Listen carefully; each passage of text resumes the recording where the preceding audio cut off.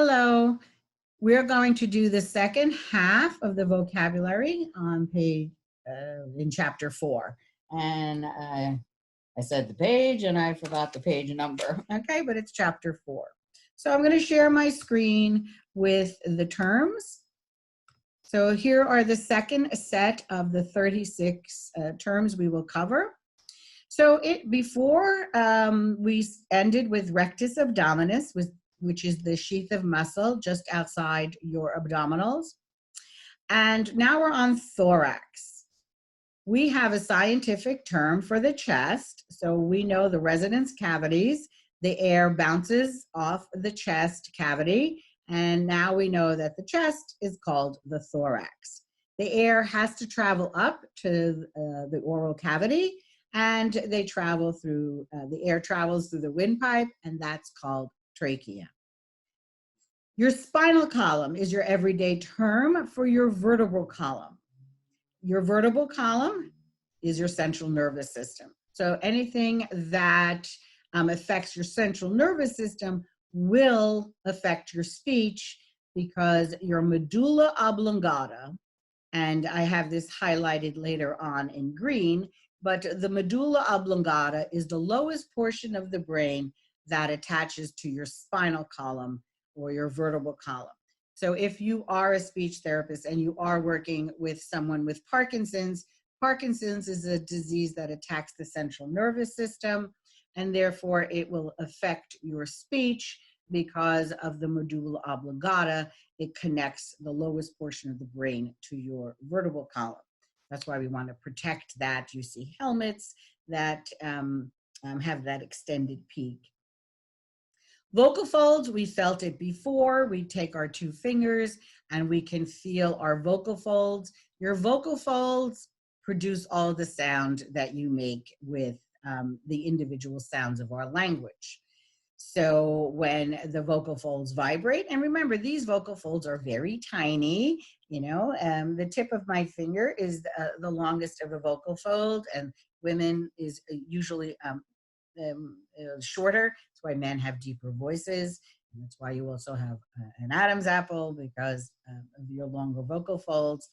So these vocal folds are responsible. So they're the strings of your, so you're a stringed instrument, and the violin is the closest sound to a human voice. So your voice can sound as harmonious as a Stradivarius violin.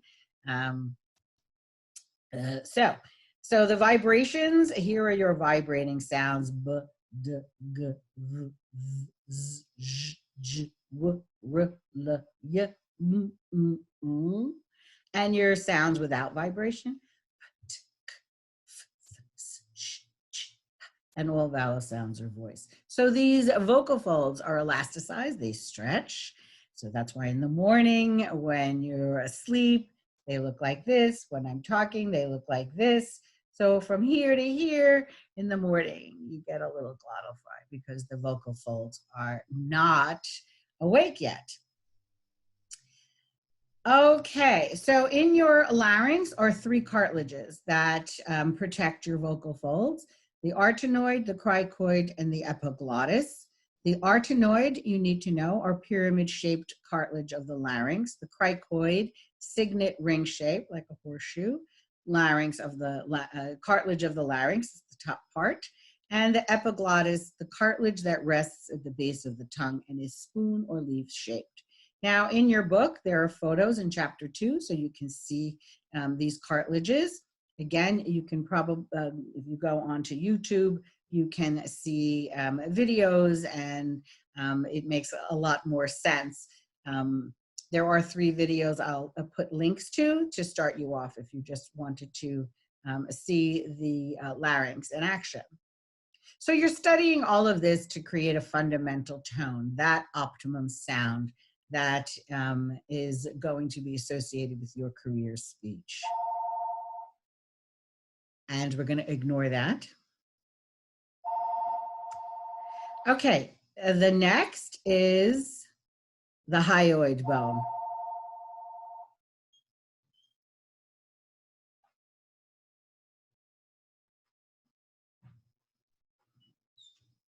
Okay. The hyoid bone, the larynx is suspended from this bone.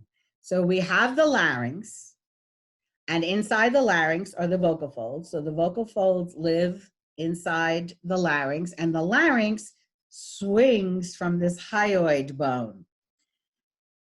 And that's what allows the flexibility of your voice.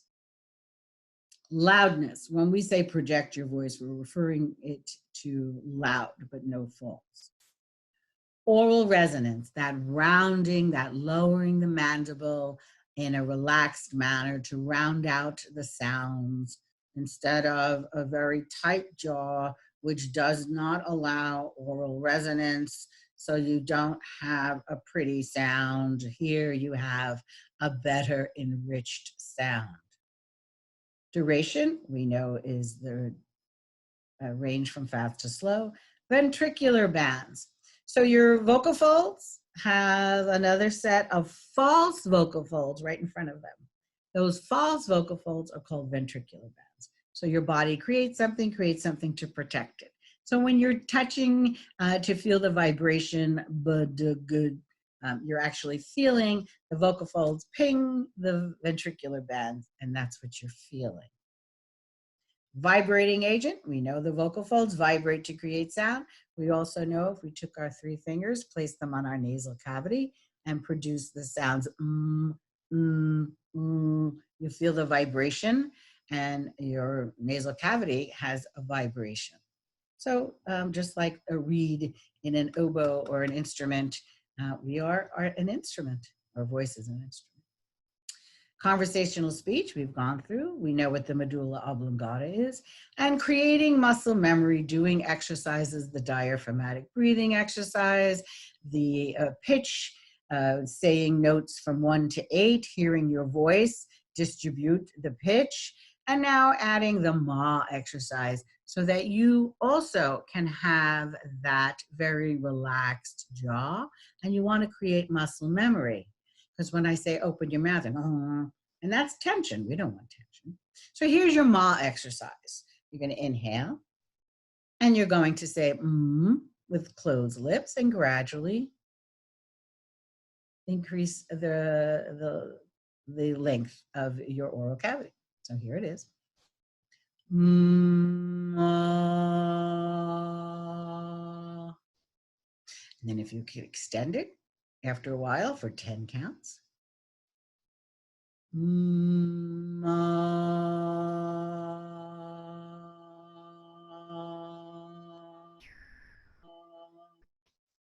So you get to hear your sound, you get to feel how relaxed it is. If you're getting, that's tremor. You don't want that. You're hearing tension. So,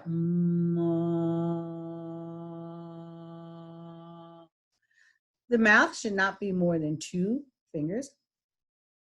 And again, don't put it in there and bite on it. We want that gradual, so that later on when we're producing sounds around town, downtown, it automatically goes down. So in practice, if your mouth, gravity, so you just take your finger and you just click it, your jaw will automatically drop. Alveolar ridge, we know where that is, the front portion of the roof of the mouth. Yeah. So assimilation. And I'll use the same examples as I did before. We can produce an isolation. We can produce an isolation. We can produce an isolation. But when I put those 3 sounds together in a consonant cluster, st, str, str, str, street, instead, one sound influences the other and I get street, strange, stroller. That's assimilation. Same thing with tree, ta ta ta, ra ra ra, tree.